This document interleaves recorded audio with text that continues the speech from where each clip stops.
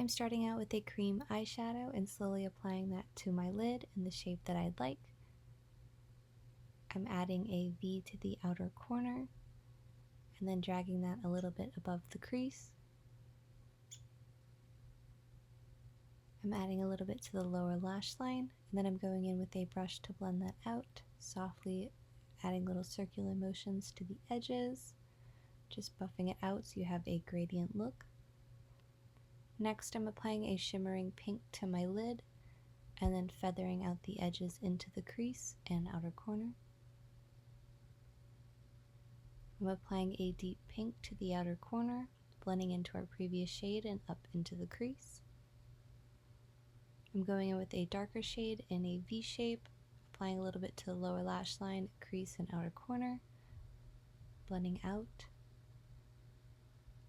I'm adding a shimmer color to the lower lash line, and then a gold to the inner corner and outer third of my eyelid, softly buffing out the edges into all the other colors.